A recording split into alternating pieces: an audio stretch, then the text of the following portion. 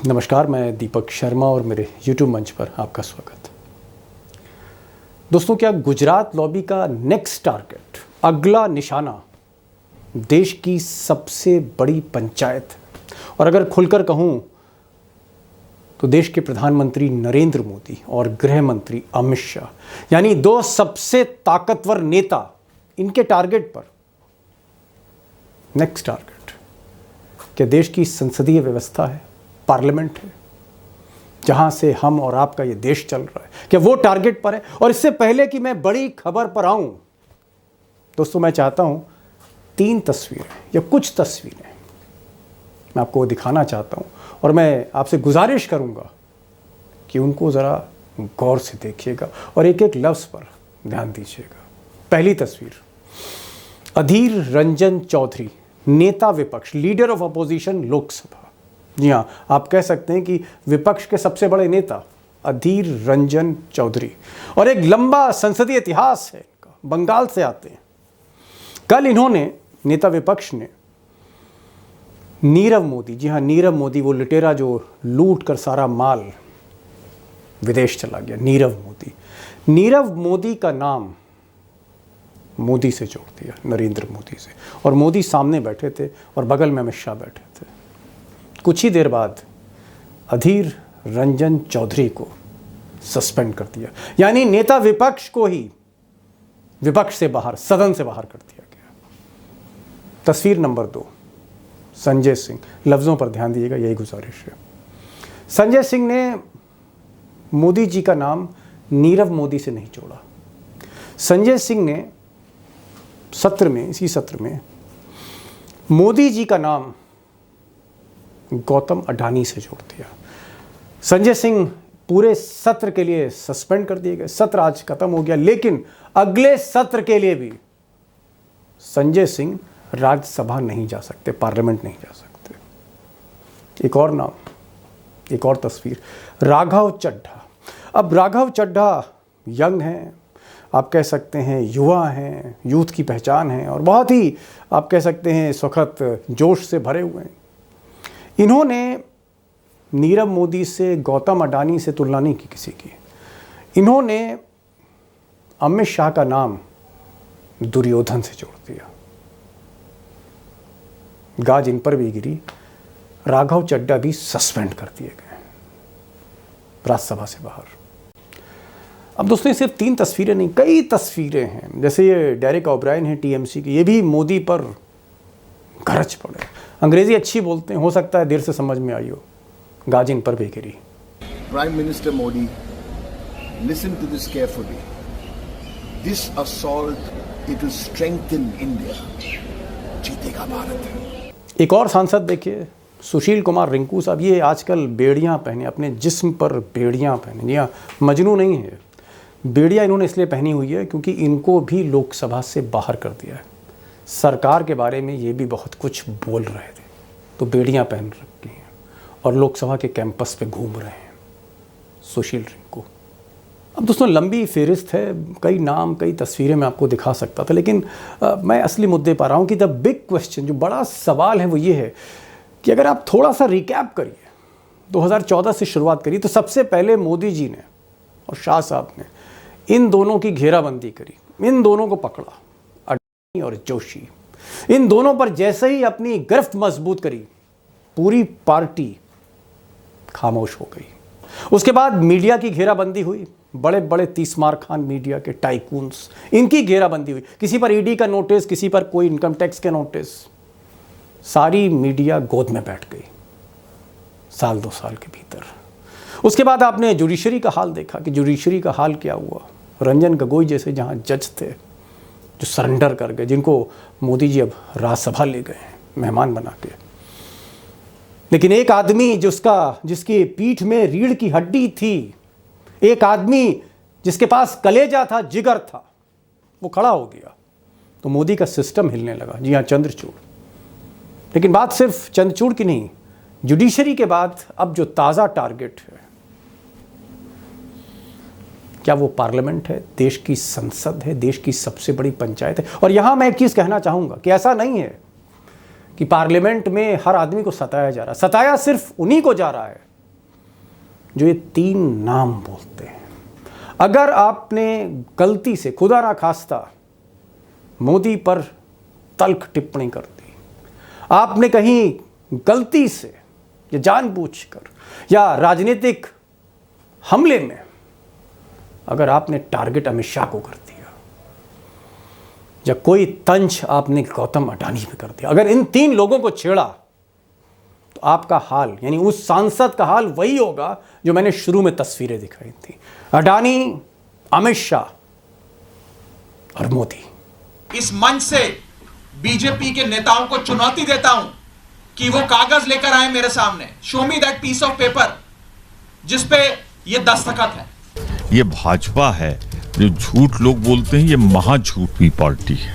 And suspend Sri Raghav Chadha, member from the service of the council.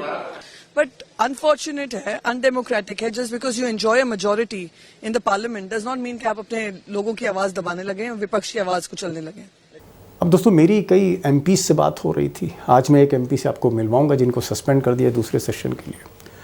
कई एमपीओं से मेरी बात थी। उनका ये कहना था कि एक तो दबी जुबान में कोई भी अडानी का नाम या मोदी का नाम या ललित मोदी का नाम देश की सबसे बड़ी पंचायत में नहीं लेता है, चाहे वो लोकसभा हो चाहे वो राज्यसभा हो। और अगर एमपी खुदा ना खास्ता हिम्मत करके किसी घपले में अडानी का नाम ले भी ले या मोदी से जोड़ लें, गुजरात लॉबी से जोड़ लें, तो सबसे पहले जो स्पीकर साहब हैं वही टोक देते हैं, या राज्यसभा में चेयरमैन हैं वही टोक देते हैं। और उनकी टोका टाकी के बावजूद एमपी ने हिम्मत करके अडानी पर बोलना जारी रखा, तो माइक स्विच ऑफ कर दिया जाता है। और माइक स्विच ऑफ होने के बाद अगर तल्ख आवाज में, तेज आवाज में एमपी गरजने लगा अडानी को लेकर, जैसे राहुल गांधी गरजे थे, तो फिर अगले दिन जो भी कुछ रिकॉर्ड पर है लोकसभा के, राज्यसभा की प्रोसीडिंग्स में, वो सब कुछ मिटा दिया जाता है। अंग्रेजी में उसको एक्सपंज कहते हैं। मिटा दी जाती हैं सारी लाइनें। अडानी का नाम रिकॉर्ड पर नहीं जाना चाहिए।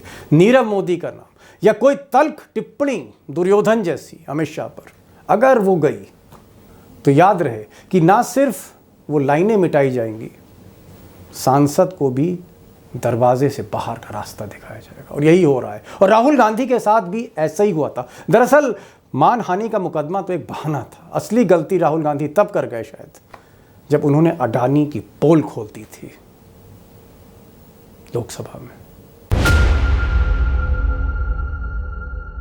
अब दोस्तों, विपक्ष के कई ऐसे एमपीज हैं, नेता हैं, जो बंद कमरे में अगर आप उनसे मुलाकात करिए तो वो बताते हैं कि कहीं ना कहीं जो छोटी पार्टियां हैं, जो रीजनल पार्टीज़ हैं, कोई आंध्र प्रदेश की पार्टी है, किसी की सरकार उड़ीसा में, इस तरह की जो पार्टियां हैं, बीजू जनता दल हुई या वाईएसआर कांग्रेस हुई, इस तरह की पार्टियों को कहीं ना कहीं ईडी का डर दिखा के, इनकम टैक्स के छापों का डर दिखा के पूरी तरह से अंदर ही अंदर ब्लैकमेल किया जा रहा है। और ये पार्टियां वही कुछ करती हैं जो गुजरात लॉबी चाहती। मिसाल के तौर पर दिल्ली का जो ऑर्डिनेंस है जिस पर राघव चड्ढा पर गाज गिर गई, ये बिल पास ही ना होता राज्यसभा से, क्योंकि स्ट्रेंथ ही नहीं थी। अगर आप देखें स्ट्रेंथ, तो 245 के राज्यसभा में 245 सांसदों का हाउस है राज्यसभा, इसमें सिर्फ एनडीए के पास 110 है, 99 इंडिया के पास हैं, विपक्ष के पास हैं, और जो बाकी जो विपक्ष है उसके पास 29 सांसद, यानी कुल मिलाकर बहुमत नहीं हो रहा था अमित शाह के पास, मोदी के पास।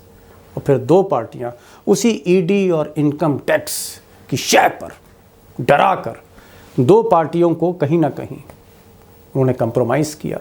चाह कर भी वो विपक्ष का साथ नहीं दे पाई। उनको मोदी और अमित शाह के आगे झुकना पड़ा, क्योंकि उनके आगे ईडी की तलवार लटकी हुई थी। और ये 2 पार्टियां हैं बीजेडी, बीजू जनता दल नवीन पटनायक की, और वाईएसआर कांग्रेस, जो इस वक्त जिनकी हुकूमत है आंध्र प्रदेश में, जगन मोहन रेड्डी मुख्यमंत्री। इनके पास 9 सांसद थे, 9 + 9 = 18, और ये 18 सांसद, 18 वोट अमित शाह को मिले और बिल पास हो गया।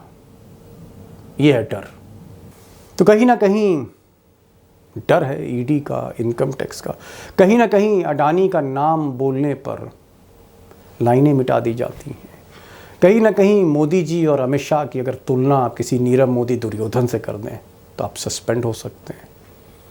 और कहीं ना कहीं अगर आप तेज़ बोले तो तो आपकी सदस्यता भी जा सकती है, भले ही वो मामला मानहानि का क्यों ना हो। और सबसे बड़ी बात और दुख की बात यह है कि मणिपुर पर जब बहस हुई तो जो ट्रेजरी बेंच यानी जो सत्ता पक्ष है वो ज़्यादातर फप्तियाँ कसता रहा, तंज कसता रहा, लतीफ़े सुनाता रहा, नारेबाजी करता रहा, चुटकुले सुनाता रहा, और जो लीड ली वो प्रधानमंत्री ने ली। आज इसी की पोल खोल दी राहुल गांधी ने। उन्होंने कहा आज राहुल गांधी ने कि मरहम लगाने की जगह देश के प्रधानमंत्री हंसते रहे, जोक करते रहे, लतीफ़े सुनाते रहे। सुनिए राहुल गांधी को, फिर आगे बढ़ते हैं असली खुलासे की तरफ।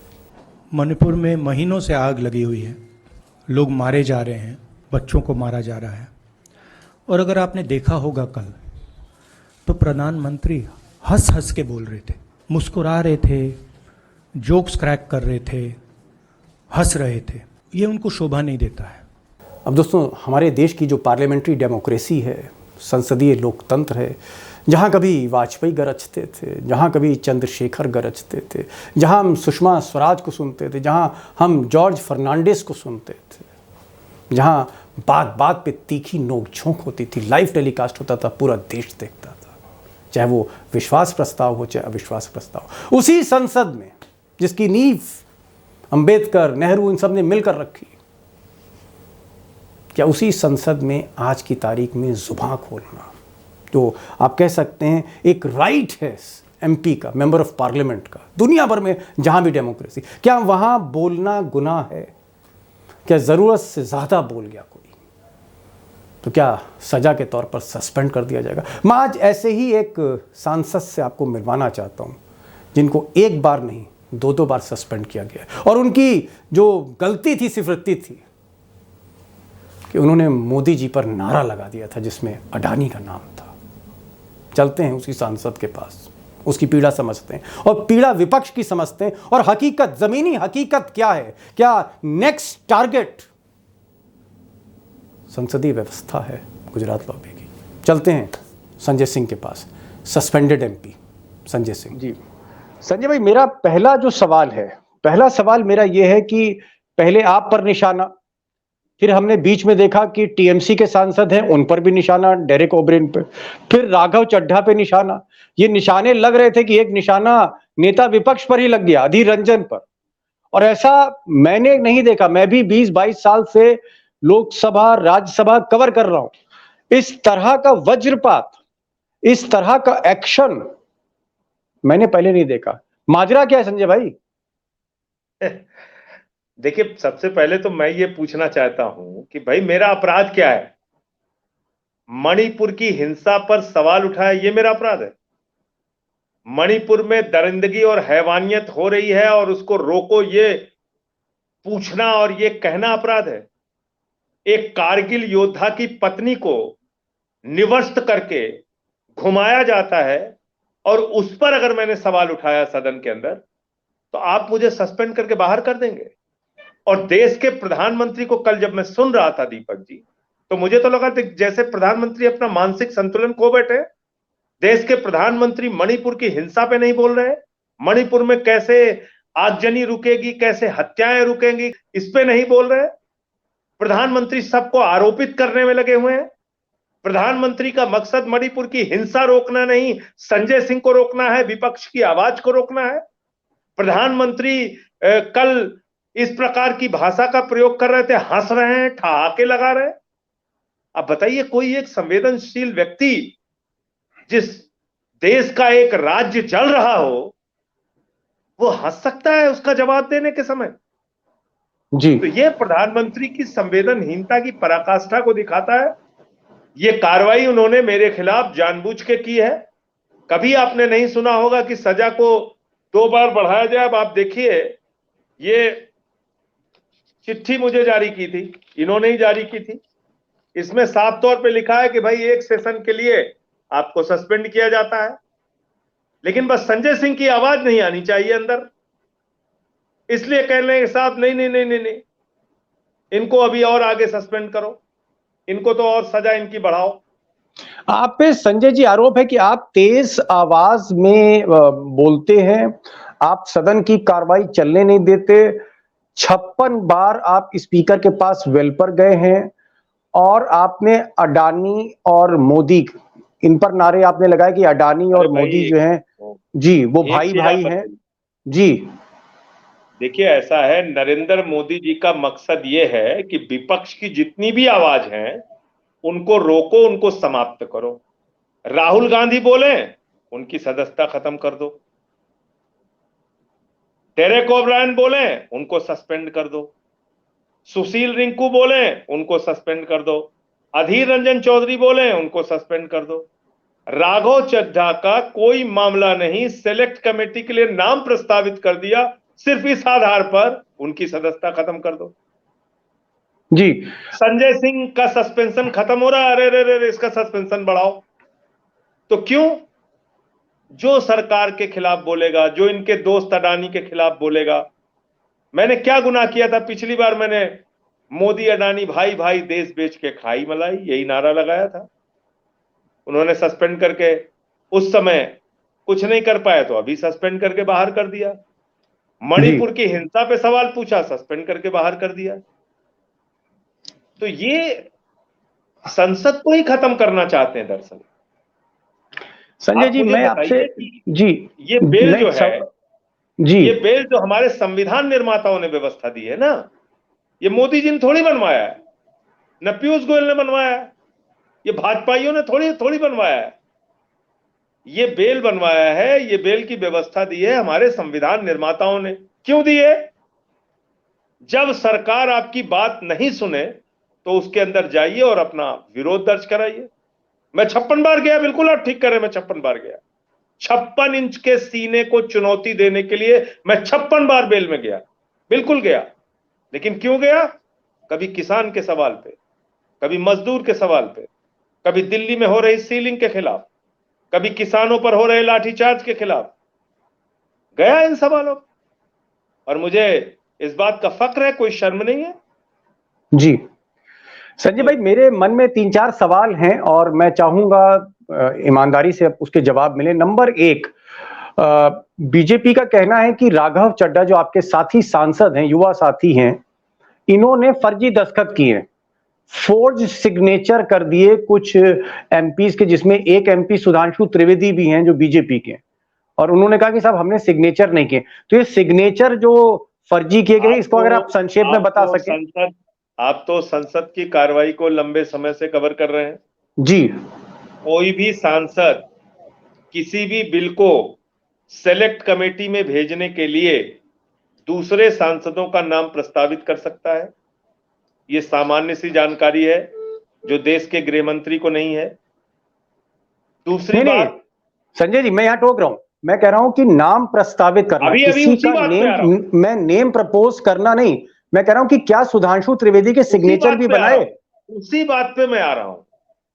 उसमें किसी सिग्नेचर की जरूरत ही नहीं होती, तो सिग्नेचर का सवाल कहां गया?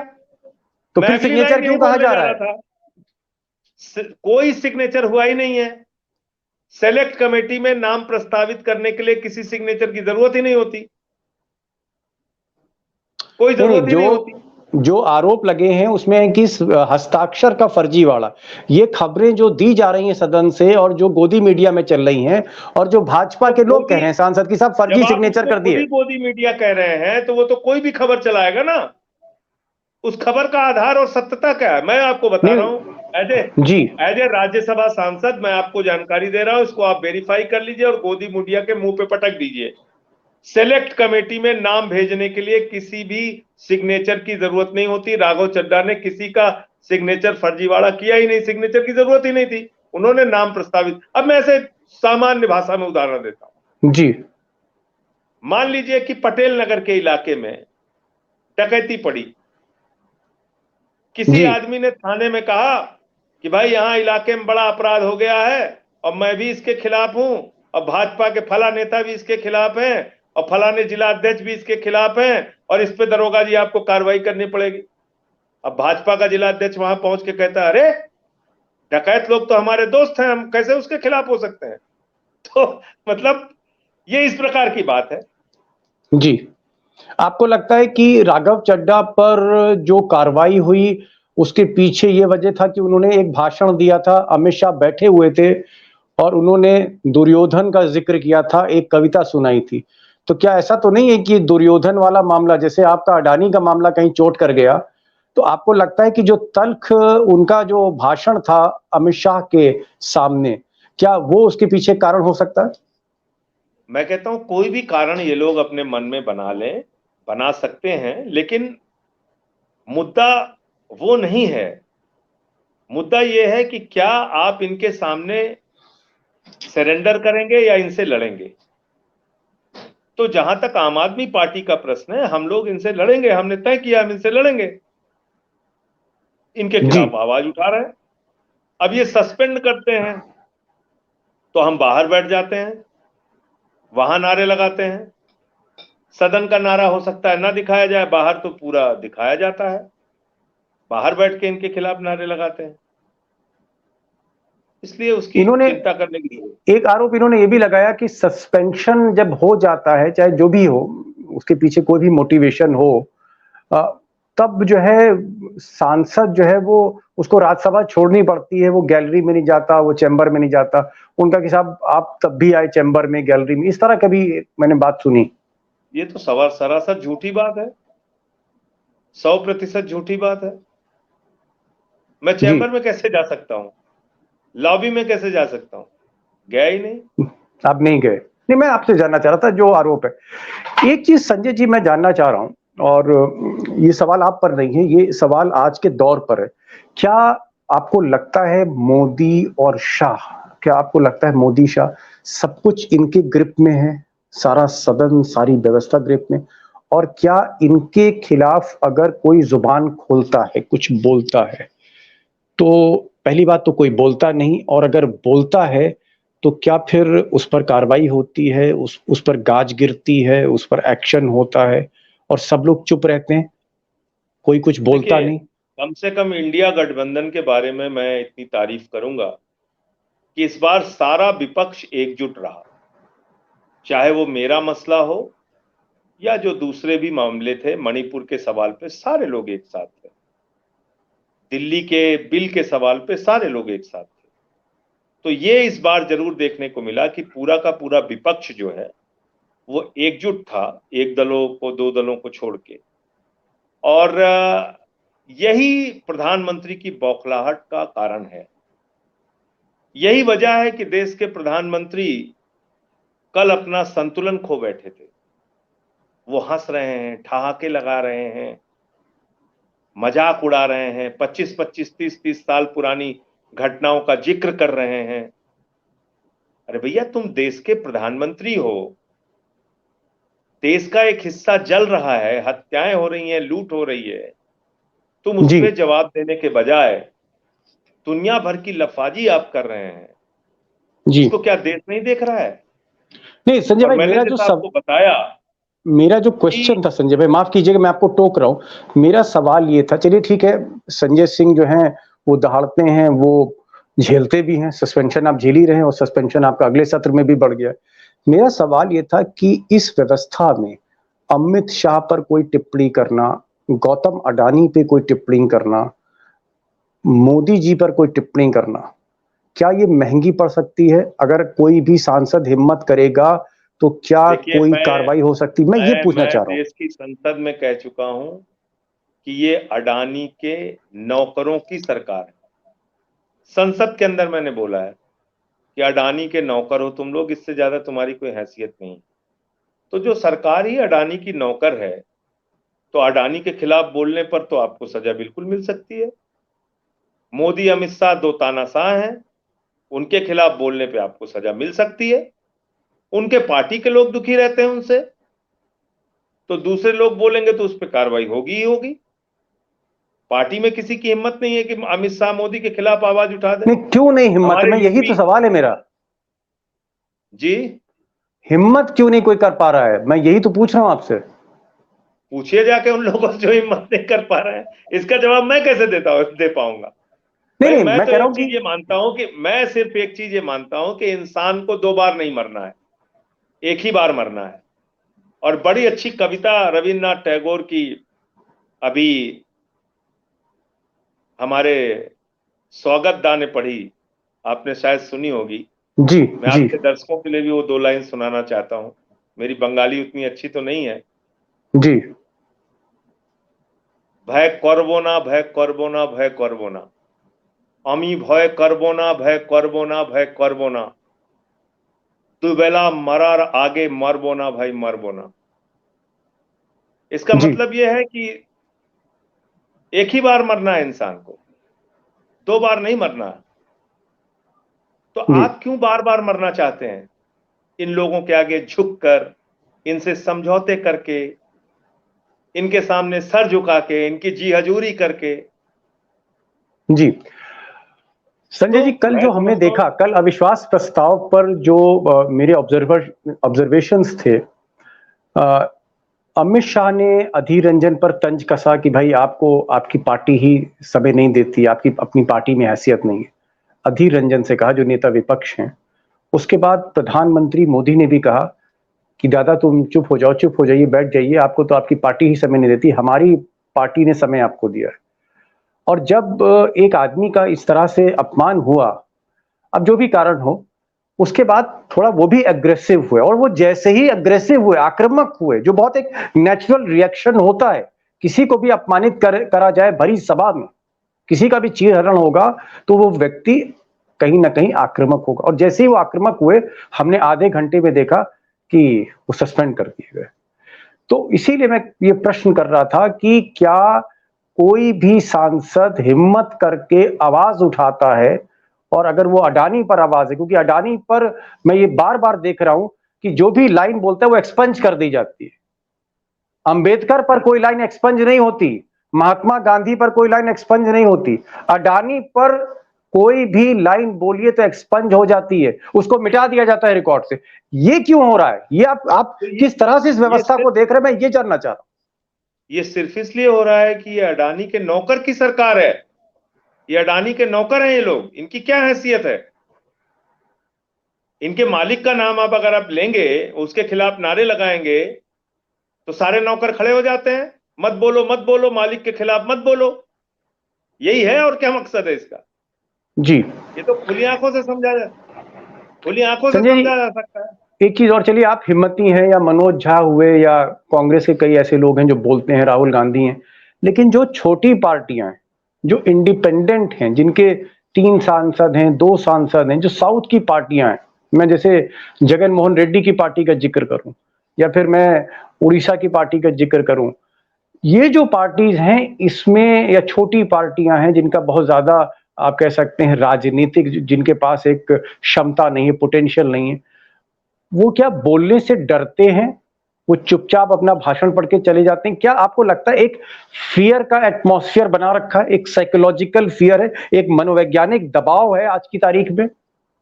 आप इसको बेहतर जानते हैं कि ये जो पार्टियां हैं, इनके ऊपर ईडी के, सीबीआई के कितने तरीके के छापे डाल के, उनके ऊपर दबाव बना के, उनको हर तरीके से प्रताड़ित करके उनको अपने पीछे खड़ा कर लिया गया है। और हर आदमी नहीं बोल सकता इनके खिलाफ।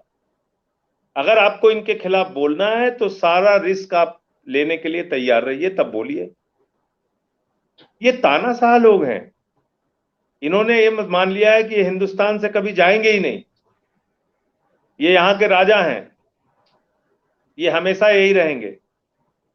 जी वक्त बदलेगा, समय बदलेगा, ये तो राजनीति में उतार चढ़ाव होता रहता है, इसमें कोई नई बात तो है नहीं। आज इनको लग रहा है कि सबसे बड़े सूरमा यही हैं, तो करने दीजिए जो कर रहे हैं।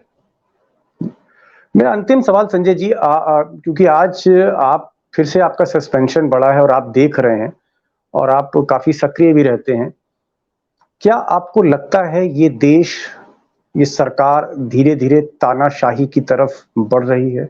क्या आपको ऐसा लगता है? और अगर ये 2024 में आए तो फिर बहुत कुछ बदल सकता है? अब ये बहुत गंभीर चिंता का विषय है, क्योंकि देखिए अब जिस तरीके से कार्रवाइयां हो रही हैं, नेता विपक्ष को सस्पेंड कर देना, अधीर रंजन चौधरी को, ये छोटी बात नहीं। आप इसका मतलब ये संदेश देना चाहते हैं कि अब पार्लियामेंट में भी आप लोगों को बोलने नहीं देंगे। यही तो एक मंच था ना जहां पे आप आके खुल के बोल पाते थे ना, अब यहां भी नहीं बोलने देंगे। ये जो दादागिरी चल रही है ये ज्यादा गंभीर मामला है और मुझे लगता है कि इसके लिए पूरे इंडिया गठबंधन को बैठ के एक ठोस रणनीति बनानी पड़ेगी कि इनको कैसे जवाब देना है। अन्यथा तो जब सदन ही नहीं बचेगा, देश की संसद ही नहीं बचेगी, तो फिर कहां लोगों की आवाज उठाई जाएगी। चलते चलते एक सवाल, इंडिया जो आपकी बनी है जिसको लेकर मोदी जी बौखलाए हैं, इंडिया को कैसा रिस्पांस मिल रहा है? जब आप उत्तर प्रदेश जाते हैं, मध्य प्रदेश जाते हैं, दिल्ली के बाहर आप जाते हैं, किस तरह का पल्स जनरेट हो रहा है लोगों के बीच में? लोगों का, आवाम का क्या रिस्पांस है? आप इंडिया को किधर आगे बढ़ते हुए देख रहे हैं? देखिए, एक तो सबसे बड़ी बात यह है कि एक यूनिटी आई और इस सरकार के अत्याचार, अन्याय और तानाशाही का विरोध करने के लिए सारे लोग एक साथ आए। सब अब बोलते हैं इनके खिलाफ, इंडिया गठबंधन के जो दल हैं। और दूसरी बात यह है कि लोगों में भी एक विश्वास जगा कि नहीं, अब बीजेपी की तानाशाही को, मोदी की तानाशाही को हटाया जा सकता है। पहले लोग थोड़ा डरे सहमे भी रहते थे कि पता नहीं यार फिर ये लोग आ जाएंगे तो परेशान करेंगे, तंग करेंगे, तो वो बात धीरे धीरे खत्म हो रही है।